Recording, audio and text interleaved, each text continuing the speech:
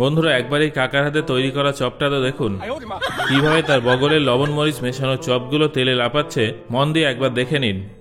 আমি জানি এই ভিডিওটা দেখার পরে আপনাদের আর ফাস্টফুড খেতে ইচ্ছা করবে না, কিন্তু দাঁড়ান বন্ধুরা, এর সাথে আপনাদের আরও একটা জিনিস দেখাবো। এই স্ক্রিনে দেখানো এই ভিডিওটা মনোযোগ সহকারে দেখুন। দেখুন একবার এই লোকটা কিভাবে দুনিয়ার নজর থেকে লুকিয়ে স্নান করার কালো মিনারেল ওয়াটার দিয়ে আমাদের জন্য সবজি ধুয়ে নিয়ে আসছেন। হ্যাঁ বন্ধুরা, এটাই সত্যি, কিন্তু এটা তো শুধুমাত্র দুটো কাহিনী ছিল। FSSAI food safety and standard authority of ইন্ডিয়ার হিসেব অনুযায়ী আজ ভারতে 1 কোটি স্ট্রিট ভেন্ডার্স আছে, এর মধ্যে 20 লক্ষ স্ট্রিট ফুড ভেন্ডার্স আছে। এবার আপনারাই ভেবে দেখুন যে তারা পুরো ভারতে কত ময়লা ছড়াচ্ছে, কিন্তু এদের থামানোর মতো কি কেউ নেই? সরকারের আনলিমিটেড ময়লার ধান্দা ব্যান করছে না কেন? চলুন জানি আজকের video title, unhygienic street food scams.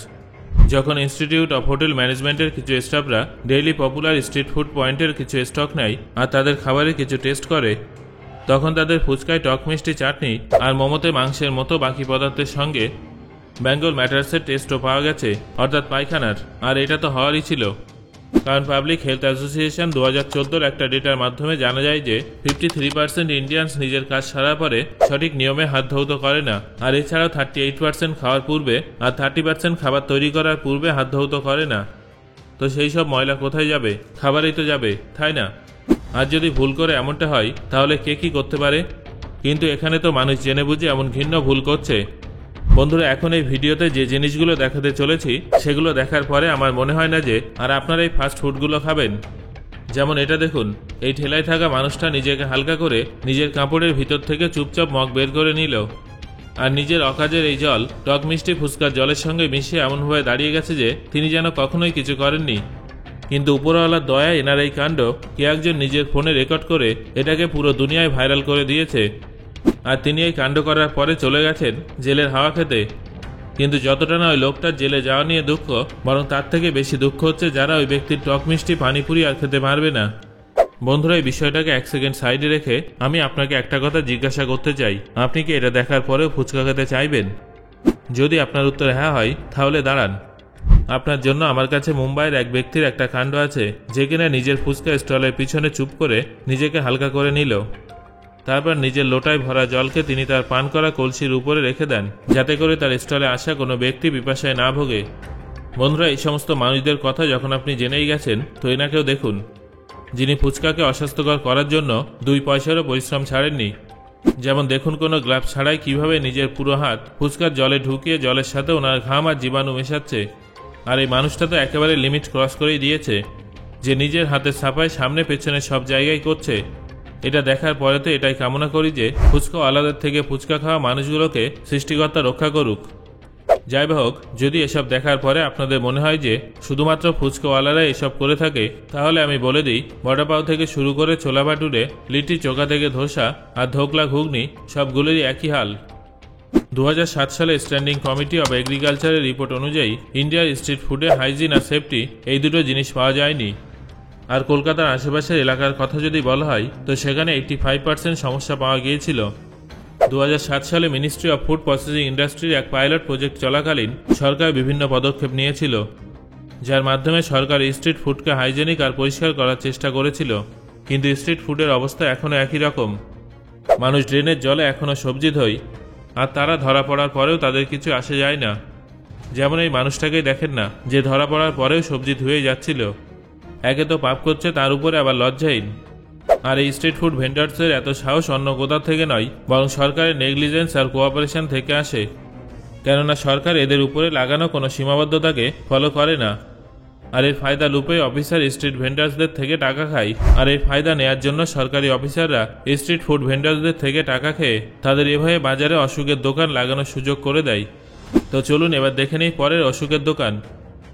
আমি জানি যে আপনি এটাই ভাবছেন, আমি আপনাকে এসব বলবো আর আপনি রেস্টুরেন্টের খাবারকে রেস্টিং পিস বলবেন, তাই না?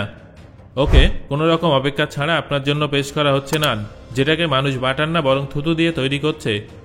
একটা বিয়েবাড়িতে এই শাহী খান সাহেবের মতো, যার হাতে তৈরি করা এই নানকে পুরো বিয়েবাড়ির লোক স্বাদ নিয়ে খেয়েছিল, কিন্তু জিজ্ঞাসা করার পরেও ইনি নানের স্বাদ বাড়ানোর সিক্রেটটার ব্যাপারে কিছুই বলেননি। কিন্তু লুকিয়ে রেকর্ড করা এই ভিডিওটা এই লোকটার ব্যান্ড বাজিয়ে দিয়েছিল, কারণ এই ভিডিওটা দেখার পর পুরো বিয়েবাড়ির লোকজন ওই ব্যক্তিকে পিটিয়ে পুলিশের হাতে তুলে দিয়েছিল। বেচারা এখন জেলে নান তৈরি করে, কিন্তু নিজের সিক্রেট ইনগ্রেডিয়েন্ট ছাড়া কিছু ক্রেডিট এনাকেও দিন, যে চেটে চেটে আর নিজের পা দিয়ে আপনার সকালের টোস্টকে অসুখের ঘর বানানোর জন্য উঠে পড়ে লেগেছে। কিন্তু না, এটা দেখে টোস্ট খাওয়া বন্ধ করে দেওয়ার কোনো দরকার নেই, কারণ এখন আমি আপনাদের যে ভিডিওটা দেখাবো সেটা দেখে আপনারাই বিচার করবেন যে টোস্ট খাওয়া উচিত নাকি উচিত নয়। হ্যাঁ বন্ধুরা, এভাবেই পা দিয়ে আটা মাখিয়ে টোস্ট আর রুটির স্বাদ বাড়ানো হয়, আর কোথাও কোনো কমতি থেকে গেলে এভাবে তারা নিজের বগল চুলকানো জীবাণু হাতের মাধ্যমে আটা পর্যন্ত পৌঁছে দেয়, যাতে আপনার খাবারে কোনো কমতি না থাকে। এবার থেকে যখনই আপনাদের টোস্ট এবং রুটি খেতে ইচ্ছা করবে, তখন এই মেহনতি মানুষগুলোর কথা অবশ্যই মনে করবেন। আর এটা তো আপনাদের মনে থাকবেই। অনেক দুধওয়ালাদের কাহিনী তো আপনারা শুনেছেন, এবার দেখুন এই দুধওয়ালা কি করছেন। দুধে জল তো সব দুধওয়ালারাই মেশায়, কিন্তু ইনি তো কলের জল মেশানোরও পরিশ্রমটাও করেননি।